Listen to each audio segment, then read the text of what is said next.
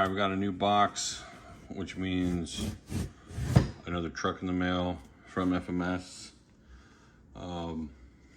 Let's go ahead and cut it open. It's a Power Wagon. I should have spun that the other way to keep the suspense alive.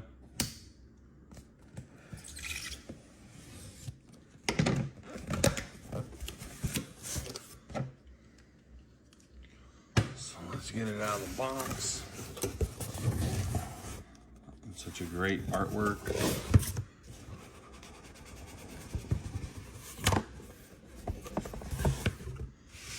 The instructions, who needs those, right?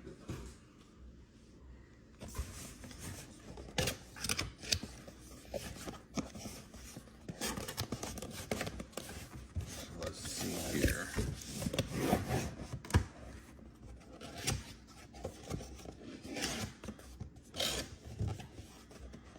Which color do we got? I think I flashed it.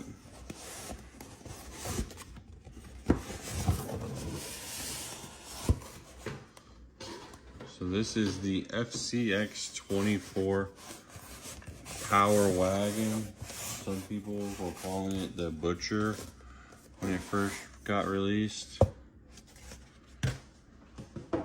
We got a nice, bright, pretty, shiny maroon.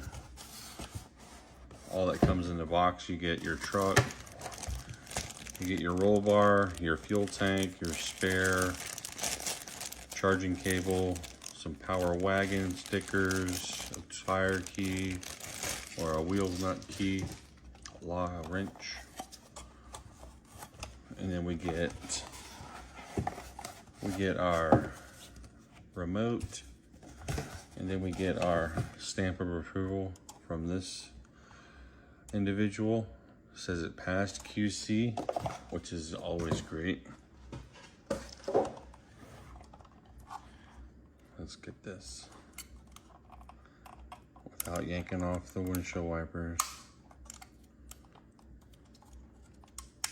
Oof, nice. Boom.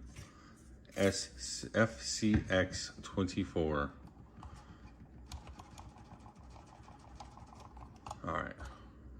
So we all know I have a bunch of these.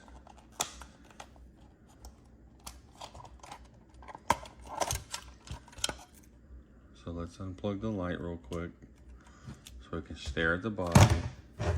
The cool thing about the Power Wagon is, I know a lot of people have already mentioned it, but it doesn't matter which one of the colors that you got.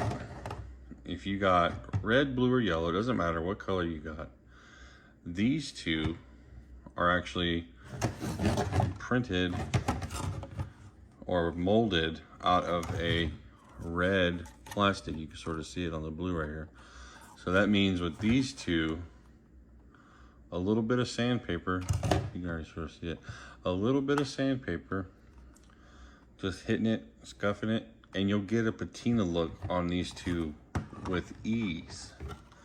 You can even do it with this one. You can scuff it, and the red, the metallic, kind of that metallic shine will go away, and you'll get left with a bare red semi-rust color underneath, and you give it a cool weathered look. And then here we go with our fcx24. This is a version 2, which is cool because the version 1s, they did not have this big rubber band strap. They just had a real flimsy rubber band that liked to fly off, which is pretty cool.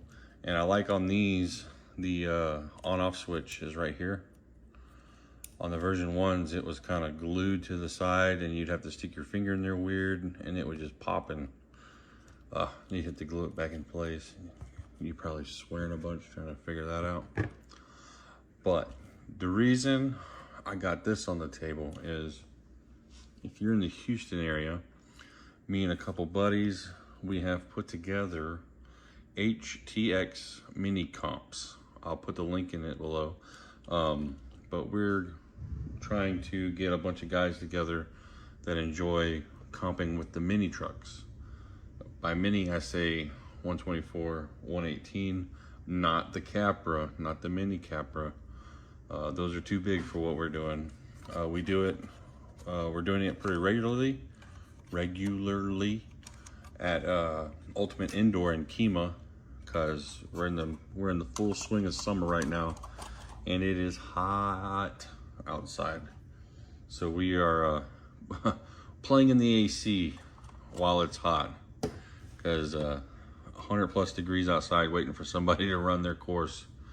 I'm gonna pass on that one. I'd rather sit in the AC and suffer the boredom than the heat. But with all that being said, I'll put the link in it. If you're in the Houston area and you're not a part of our group or any of the other crawler groups from the Houston area, join it. We try to keep it mellow, nice, friendly, not too competitive, but you know, we are competing, so we try to keep it lighthearted as much as we can. I am going to use this as my comp rig. So just right now, just taking it out of the box, giving it a once over and letting you see it. If you have any ideas for what I should do, I will be trying to run a Power Wagon body on it the whole time. I might cut the fenders, might cut the running board off. Don't know yet. Maybe take the windows out to save weight. Who knows? But I'm gonna try to definitely be utilizing one of the Power Wagon bodies.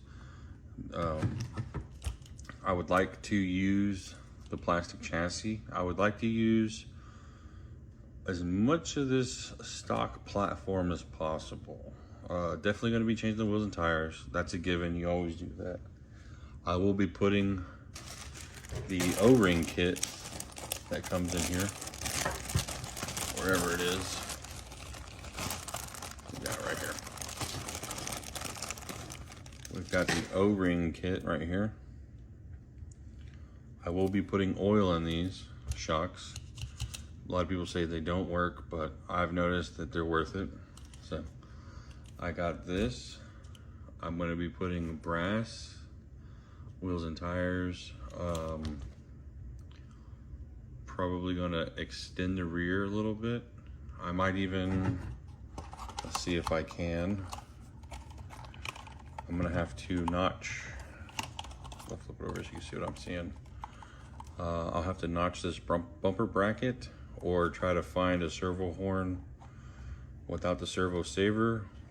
Probably what I'll do. I might have one somewhere, but I would like to run this McHugh RC 3D printed bumper to protect my headlights, because you never know, we could decide we want to have a night crawl competition, so gotta have headlights. But yeah, definitely going to try to kick the rear out, maybe put it about here, just to give us a little bit more wheelbase, but going to angle the shocks a little bit. I'll do that in the next video, and I'll kind of show you. This is going to be cheap mods to be competitive with. I might find a set of heavy tires, or wheels, I'm sorry, heavy wheels, some good tires, and we'll drop it, we'll angle the shocks down, try to get some flex, and if we get too much flex, we'll do the old rubber band trick to suck it down and still get us articulation. But yeah, that's kind of the route we're going. Nice, easy, cheap, and competitive. I will more than likely not go brushless with this. I'll just keep the same electronics. If a servo burns out, we'll replace with the exact same servo. We're gonna stay as much FMS as possible to prove they're actually a pretty decent truck, even though they look cheap with the plastic chassis. They are super competitive. I want to try to beat all the dudes with Traxxas. I want to try to beat the FureTech guys too with the stock-ish FMS truck. I want to beat the guys that are using the 3D printed chassis with the super angled skid and all that jazz. I want to give them a run for their money with the stock truck.